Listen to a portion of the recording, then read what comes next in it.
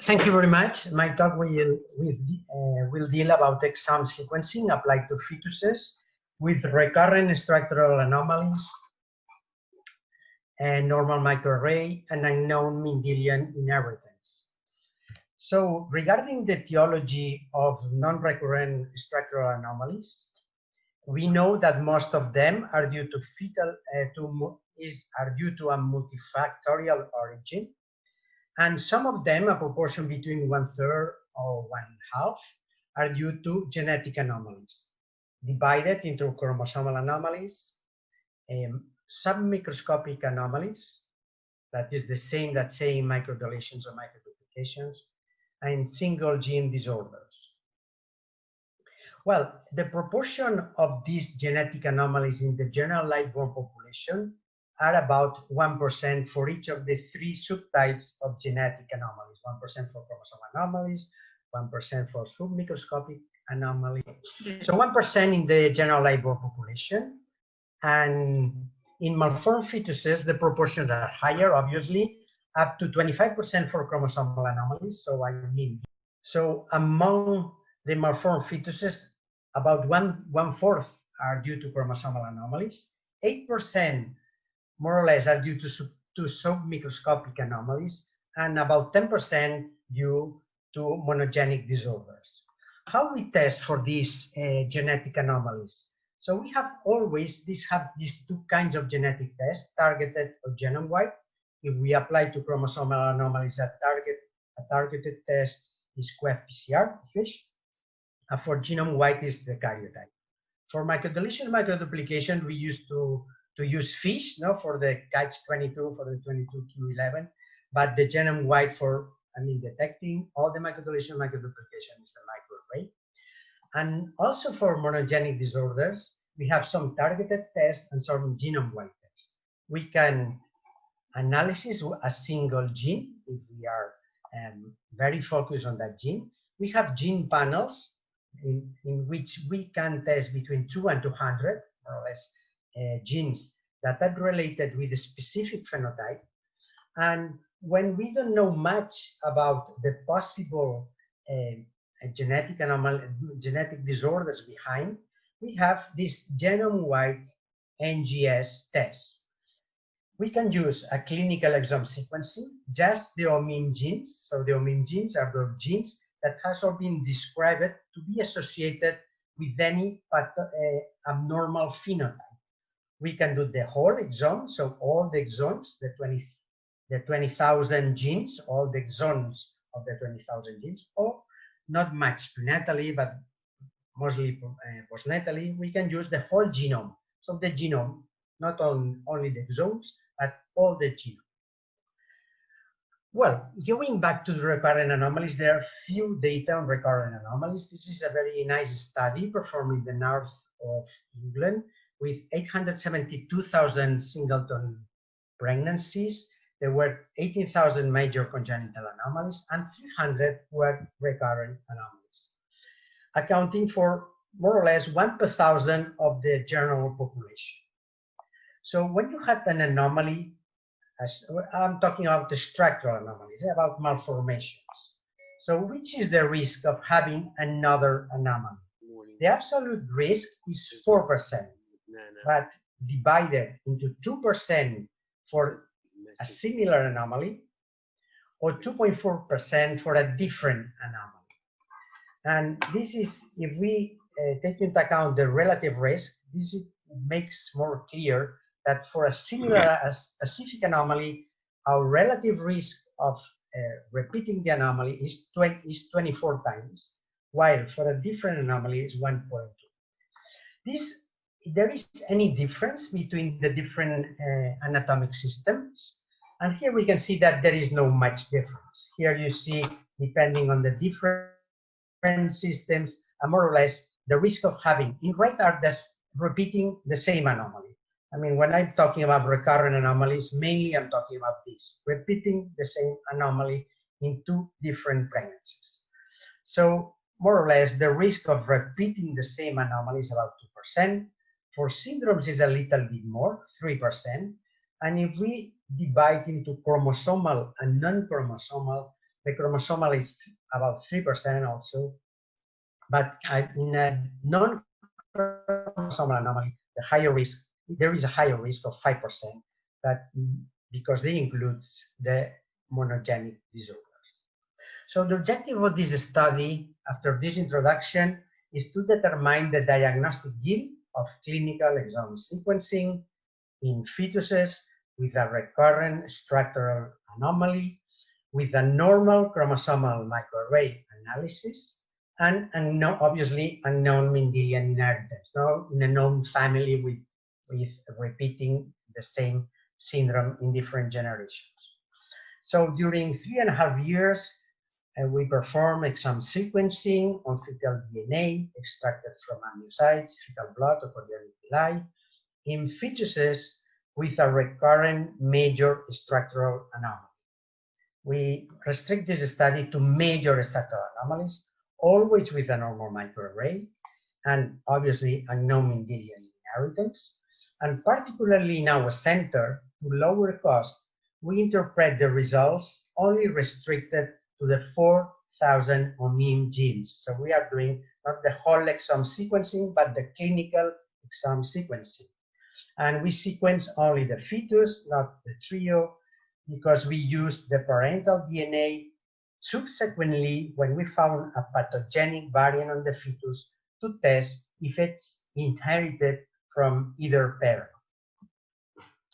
So the results are, we found 12 fetuses with recurrent anomalies and normal microarray, and recurrent anomalies belong to the following systems. So 5 from the central nervous system, 3 were cardiac, 2 were skeletal, 1 was fetal hydrops, and 1 was a facial anomaly.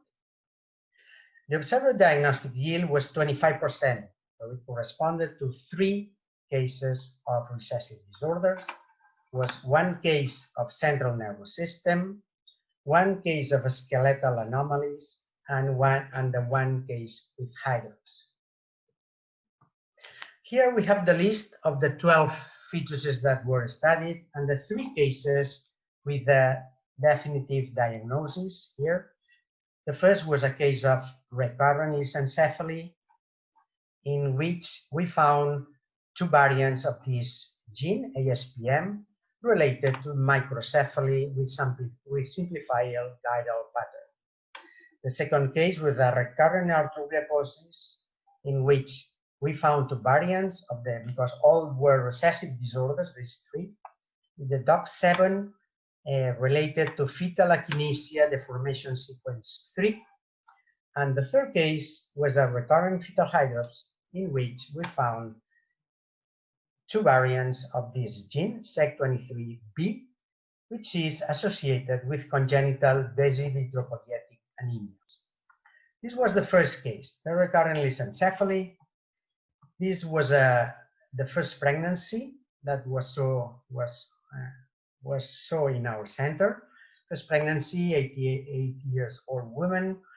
Lissencephaly was diagnosed in a female fetus at 28 weeks.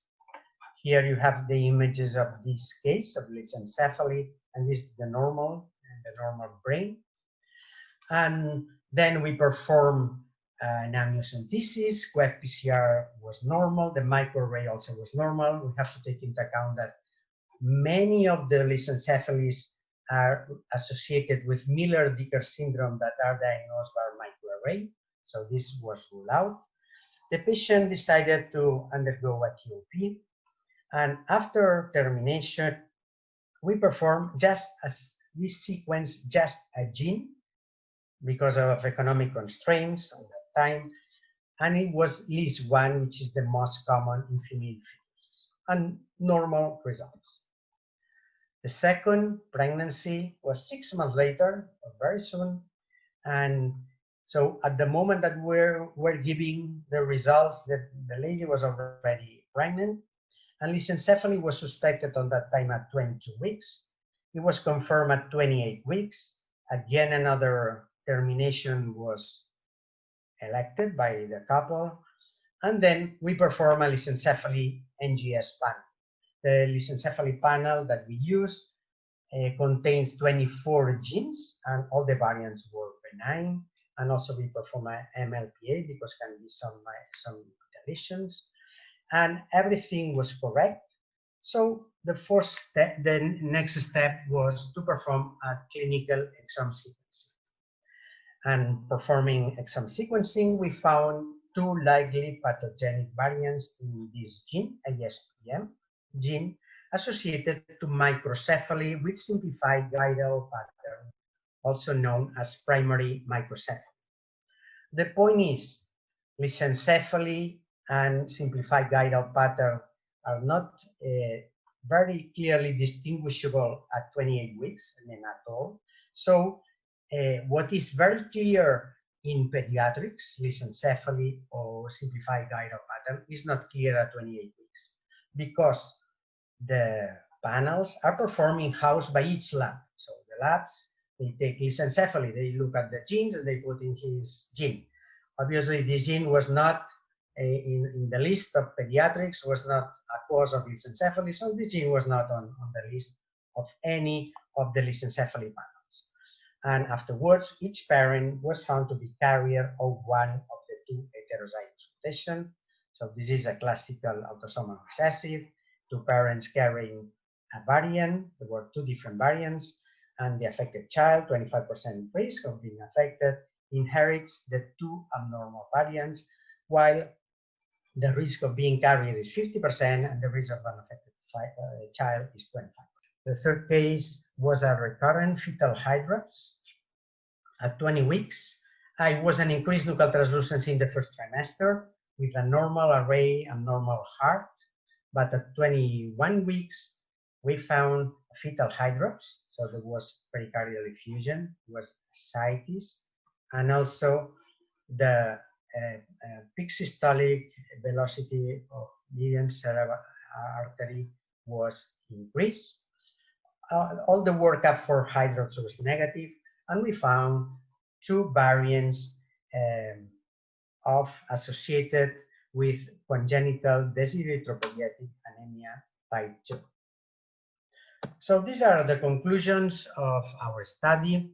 Exome sequencing was able to provide a definitive diagnosis in 25% of the study cases, a similar diagnostic yield of karyotyping when applied in non-recurrent structural anomalies. The finding of a causative variant may be used, A, to improve the prognosis, B, to establish the recurrence risk, and C, to plan pre-implantation or prenatal diagnosis in future pregnancies. And 3, the alternative use of targeted gene panels would not be applicable in 1/3 of the studied cases because for some of the structural anomalies there are no gene panels prepared. And in one further case, the causative gene would be missed. I've already explained this, that the ASPN gene is not included in lissencephaly panels. And thank you very much. Thank you, Tony. Can you just give us an idea of the relative cost between the between the 2 options? These Yes. targeted gene panels and exome sequencing? Yes, the clinical exome sequencing costs about 1,300 euros, while the whole exome sequencing, at least in our setting, costs more than 3 times that price. Well, about 3 times, because, yeah, 3 times. I mean, you can only use it for specific cases, isn't it? It's not a test for everybody that we do not identify a karyotypic abnormality, though. Yes, I mean, we don't know. I mean, at that moment, I think it's not the time yet, but there are 2 large studies, one from UK and one from the States, that have performed exome sequencing to any kind of anomalies, and they found that the diagnostic yield was 10%. So higher than the microarray. So still the price is higher than a microarray, but it will, I mean, I think that in some years, they will be the next. As we've been doing during many years, we've been doing a karyotype, and some extra cases we were doing microarray. Now that we have shifted, at least in many centers, microarray as a routine in all kind of anomalies, the microarray would be the routine. And if it's normal, most of the cases we can do exome sequencing. Francesca Gatti, do you want to tell us something from Milan? Hi, Tony. Hi, Hi, Hi, Francesca. Tony. Hi, everybody. So regarding the cost, essentially it depends on the volumes of the lab, obviously, Sure. because if you run 200 samples a day, the cost is dramatically reduced than when you run 100 samples in a month, obviously. And I expect that the cost will decrease. And will decrease because with the whole exome sequencing, we will be able to validate new pipelines for also the analysis for the detection of copy number variations. Mm-hmm. So with only running the whole exome sequencing or whole genome sequences, we will be able to apply two different algorithms, one to detect the copy number variations and the other one to detect a single nucleotide variation. So it will be effective, cost-effective in future for sure. And the problem is to validate such a kind of analysis pipelines. And I have a question for you, Tony. Yes. In your study, you used a solo approach, so analyzing only the fetus without the trio. Obviously, I think for a cost problem. However, due to the recurrence of the same fetal abnormality in subsequent pregnancies, there is a strong suspicion that the parents are carrier of a recessive disorder or mosaicisms for a germinal mosaicism. So do you consider worthwhile to test the negative cases with a solo approach to extend the analysis to the parents in order to discover carrier parents and therefore increase the detection rate in malformed fetuses? Yes, definitely. I think it's a good idea. Yeah, because I mean, I was surprised because of this low. I mean, I was waiting for a higher diagnostic yield, so maybe 30, 40, or even 50% of the cases, because everyone thinks they should be genetic in 2 or 3 cases, and should be the most common will be autosomal recessive, if it's a monogenic disorder. And definitely 25% for I mean, I was a little bit disappointed only with 25%, yeah. but yes, but above all in these recurrent cases, so you expect a much higher detection rate, probably. Yeah. And I read that Tessa is saying that there is no difference in price between panels and clinical exome, actually. Yes. Yeah, and just to remind to the audience, what would you do in these pregnancies, in these malformed pregnancies? Would you offer non-invasive prenatal testing? Personally, I would never do it. I mean, non-invasive still is not the time. I mean, the time will come in 5 years or 10 years, I don't know. But definitely now is, I mean, the time has not come to offer non-invasive. I think that the risk of invasive procedures is relatively low. And in a case of a malformed fetuses, the gain of information, the much amount of information that you have, it's worth at least to offer an invasive procedure for those cases. So we think non-invasive is contraindicated. Yes, absolutely. We just published a nice paper also on nuchal translucency, increased nuchal translucency cases and an IPT. I want to hear some comments from Tessa Humphrey. Is she there? She is here. Can you hear me, Kypros? Of course. I personally think the selection of the cases for exome sequencing in the first pregnancy is by far the most important thing that we should actually do, and not have a blanket. I don't think doing spina bifida is ever going to be very helpful because we have such a low pickup. But for eye drops, we've had a 40% pickup of single gene disorders.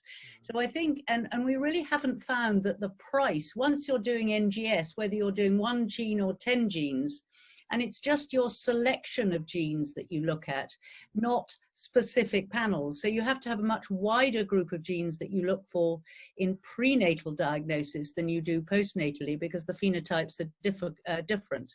But we've been using it a lot and we've had a very high pickup, but I think that's because of our selection of patients.